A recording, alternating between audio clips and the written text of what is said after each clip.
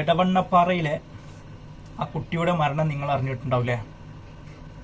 ഇക്കതിലെന്ത് പറയാനുള്ളതെന്ന് അറിയോ?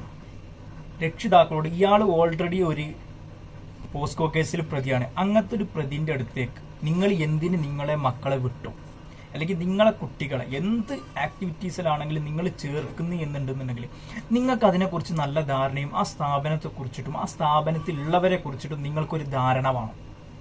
അപ്പൊ നിങ്ങളൊരു വാഹനം എടുക്കുകയാണെന്നുണ്ടെങ്കിൽ ആ വാഹനത്തെ കുറിച്ചിട്ട് 10 ആൾ പേരോട് ഇനി ചോദിക്കില്ല.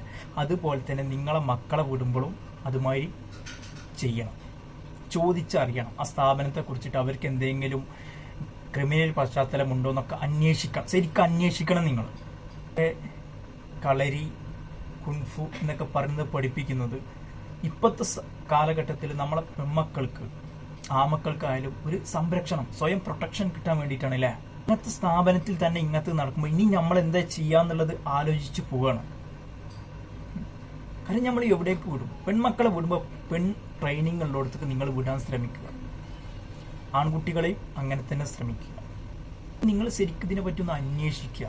അതേപോലെ തന്നെ നിങ്ങളുടെ മക്കളെ ഇനി ട്യൂഷൻ സെന്ററിലായാലും എന്തിനാണ് നിങ്ങൾ ഇടയ്ക്കൊക്കെ ഒന്ന് പോയി അന്വേഷിക്കുക. നിങ്ങളെ മക്കളോട് കാര്യങ്ങളൊന്ന് തുറന്ന് സംസാരിക്കുക.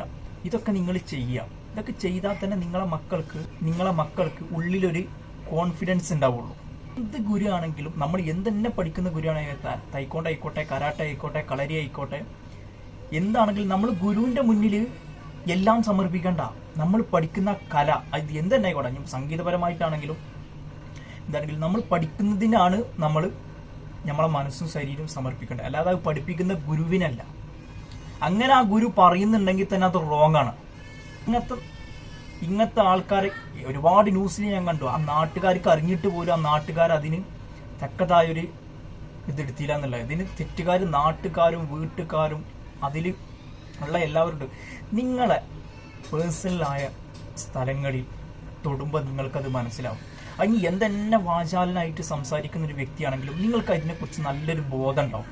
അതായത് ബോധം ഒന്നും പാടും മക്കൾക്ക് ഉണ്ടാവണമെന്നുണ്ടെങ്കിൽ ഈ 8-8 ക്ലാസ്സിൽ 9 ക്ലാസ്സിലൊക്കെ പഠിക്കുന്ന ചിലപ്പോൾ ചില മക്കൾക്ക് ഇതിനെപ്പറ്റി അറിയില്ല. അതിന് ആ കുട്ടികളുടെ ഉമ്മ ആ കുട്ടിക്ക് നല്ല സെക്സ് എഡ്യൂക്കേഷൻ തന്നെ കൊടുക്കണം. ഇന്ന സ്ഥലത്ത് നിന്നെ തൊടാൻ അയക്കരുത്, ഇന്ന പാട്ടിൽ നിന്നെ തൊടാൻ അയക്കരുത് എന്നുള്ളത് കറക്റ്റ് ആ രക്ഷിതാവ് പറഞ്ഞു കൊടുക്കുക വേണം. അത് പറഞ്ഞു കൊടുത്തിട്ടില്ല എന്നുണ്ടെങ്കിൽ ഇതുപോലത്തെ ഓരോ പ്രശ്നത്തിൽ ചെന്ന് ചാടും. പിന്നെ നിങ്ങൾ അങ്ങനെ ഒരാൾ തൊടുന്നുണ്ടെന്നില്ല, അതിന് നിങ്ങൾ എതിർക്കന്നെ ചെയ്യാം. എന്നെ അവിടെ തൊടണ്ട എന്ന് തന്നെ പറയാം. കാരണം ഒരു തൈക്കോണ്ടാവട്ടെ, കളരി ആവട്ടെ, കരാട്ടെ ആവട്ടെ, ഒന്നിലും ശരീരത്തിൽ തൊട്ടുകൊണ്ടുള്ള ഇതൊന്നും കൂടുതലല്ല. എല്ലാ ഗുരുക്കന്മാരും ഞാൻ കുറ്റം പറഞ്ഞില്ല. ഞാൻ പഠിക്കുന്ന കാലത്തും പെൺകുട്ടികൾ വന്നിരുന്നു അവിടെ.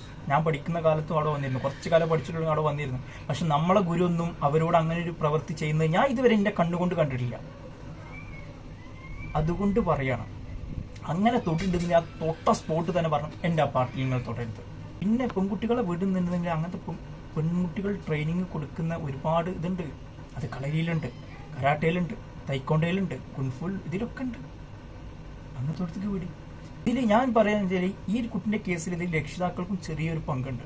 കാരണം ഇങ്ങനത്തെ ഒരു വ്യക്തിന്റെ അടുത്തേക്ക് നിങ്ങളെ കുട്ടിയെ വിട്ടു എന്നുള്ളൊരു ചോദ്യമുണ്ട്. ഇതിൽ നിങ്ങളും ഒരു തെറ്റുകാരാണ്. ഇതിലിപ്പോൾ നഷ്ടം പറ്റിയത് നിങ്ങൾക്ക് മാത്രമാണ്. ഇപ്പോഴത്തെ ഇന്ത്യൻ നിയമം അനുസരിച്ചിട്ട് അയാൾക്ക് കൂടുതൽ ശിക്ഷ ഒന്നും കിട്ടുമെന്ന് എനിക്ക് തോന്നുന്നില്ല. ദയവ് ചെയ്ത് ഏതെങ്കിലും നാട്ടിൽ ഇങ്ങനത്തെ എന്തെങ്കിലുമൊക്കെ അറിഞ്ഞു കഴിഞ്ഞാൽ ആ വ്യക്തിയെ ആ നാട്ടിൽ നിന്ന് തന്നെ മാക്സിമം അവോയ്ഡ് ചെയ്യാം. അല്ലാതെ അവൻ പിന്നെ അതിൻ്റെ ഇതൊക്കെ കഴിഞ്ഞു, കേസൊക്കെ കഴിഞ്ഞ് പുറത്തിറങ്ങി കഴിഞ്ഞാൽ പിന്നെ അവനെ സപ്പോർട്ട് ചെയ്യാൻ നിൽക്കരുത്. സപ്പോർട്ട് ചെയ്താൽ മുമ്പത്തേനെക്കാട്ടി അപകടകാരിയായിട്ട് മാറും. നിങ്ങൾ അവരെ അകറ്റി നിർത്തുക. അവരെ പൂർണ്ണമായിട്ട് അകറ്റണമെന്നേ പറഞ്ഞില്ല. ഒരു കണ്ണ് എപ്പോഴും ഇയാളെ മുമ്പത്തെ കേസിലൊക്കെ ഉണ്ടായിട്ട് ഇയാളെ കൂട്ടത്തിലുള്ള ആൾക്കാരൊക്കെ ഇയാളെ ഒഴിവാക്കിയതാണ്. ഇയാളിപ്പം കരാട്ട പഠിപ്പിച്ചിരുന്ന മാഷുമാരൊക്കെ ഇയാളെ ഒഴിവാക്കി ഇയാൾ പേഴ്സണലായിട്ട് ഇയാളെ വീട്ടിൽ ട്രെയിനിങ് കൊടുക്കൽ തുറത്തിയതാണ്. അങ്ങനത്തെ കൊടുത്തിട്ട് നിങ്ങളെ മക്കളെങ്ങനെ വിട്ടുക? അല്ലെങ്കിൽ അങ്ങനത്തെ എപ്പോഴെങ്കിലൊക്കെ ഒന്ന് നിങ്ങളെ കുട്ടികളെ അടുത്തൊന്ന് പോയിട്ടൊന്ന് നോക്കുക എങ്ങനെയാണ് അവിടുത്തെ ട്രെയിനിങ്. അല്ലെങ്കിൽ മക്കളോട് ചോദിക്കുക. ഈ മക്കളോട് വിശ്വഗുരുവാണ്, എൻ്റെ മുന്നിൽ നിങ്ങൾ ശരീരവും മനസ്സും സമർപ്പിക്കണം എന്ന് പറഞ്ഞാലും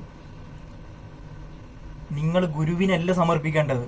നിങ്ങൾ പഠിക്കുന്ന ആ കല, അത് കരാട്ടെ ആവട്ടെ, കളരി ആവട്ടെ, എന്താവട്ടെ, അതിനാണ് നിങ്ങൾ സമർപ്പിക്കേണ്ടത്. അല്ലാതെ നിങ്ങളുടെ പേഴ്സണലായ പാർട്ടികളിൽ തൊടുമ്പോൾ അതിന് മിണ്ടാതിരിക്കല്ല വേണ്ടത്. അത് എങ്ങനെ തൊട്ടാലും നിങ്ങൾ എതിർക്കണം. ഇനിയിപ്പോൾ പഠിപ്പിക്കുന്ന ഇടയിലാണെങ്കിലും നിരന്തരം വരുമ്പോൾ ഒരു വട്ടം ചിലപ്പോൾ നമ്മൾ ഫൈറ്റിംഗ് ഒക്കെ വരുന്ന ടൈമിൽ ചിലപ്പോൾ അറിയാതെ തട്ടിപ്പോകും. പക്ഷെ അത് നിരന്തരം വരുമ്പോൾ ശ്രദ്ധിക്കണം. അപ്പം അതിന് എതിർക്കന്നെ വേണം. എത്തിട്ടില്ല എന്നുണ്ടെങ്കിൽ ഇതുപോലത്തെ ഓരോ പ്രശ്നങ്ങൾ വരും. നിങ്ങളുടെ വീട്ടിൽ നിങ്ങളെ കുട്ടികളോട് പറഞ്ഞാൽ അങ്ങനത്തെ സംഭവങ്ങൾ ഉണ്ടായി നിങ്ങൾ വീട്ടിൽ ഉമ്മാനോടോ ഉപ്പാനോടോ വന്ന് പറയണം തന്നെ പറയാം. അങ്ങനെ പറഞ്ഞാൽ മാത്രമാണ് ഇതിനൊരു ഇതുണ്ടാവുക. അല്ലെങ്കിൽ പിന്നെ അങ്ങനെ അറിഞ്ഞു കഴിഞ്ഞാൽ പിന്നെ മക്കൾ അങ്ങോട്ട് വിടരുത്. എന്നിട്ട് മറ്റുള്ള രക്ഷിതാക്കളോട് പറയും എൻ്റെ കുട്ടി ഇങ്ങനെ ഒരു അനുഭവം അവിടെ ഉണ്ടായിട്ടുണ്ട്, അതുകൊണ്ട് ഞാൻ എൻ്റെ കുട്ടിനെ അങ്ങോട്ട് വിട്ടുന്നില്ല, നിങ്ങളെ കുട്ടിയെ ഒന്ന് ശ്രദ്ധിച്ചോളും എന്ന് പറഞ്ഞിട്ട് ഒഴിഞ്ഞു മാറാം. സംഭവം ഇപ്പോഴത്തെ സിറ്റുവേഷനിൽ സമൂഹം നമ്മളെ എല്ലാ നിയമവും നമ്മളെ കുറ്റപ്പെടുത്തുള്ളൂ. കാരണം അങ്ങനത്തെ ഒരു അവസ്ഥയിൽ ഇപ്പോൾ ഇവിടെ നമ്മളാവും കുറ്റക്കാരി. അപ്പോൾ ആ കുറ്റക്കാരാവാതിരിക്കാൻ ഇങ്ങനത്തെ ഒരു ഇതിൽ സമ്മതിക്കാതിരിക്കുക.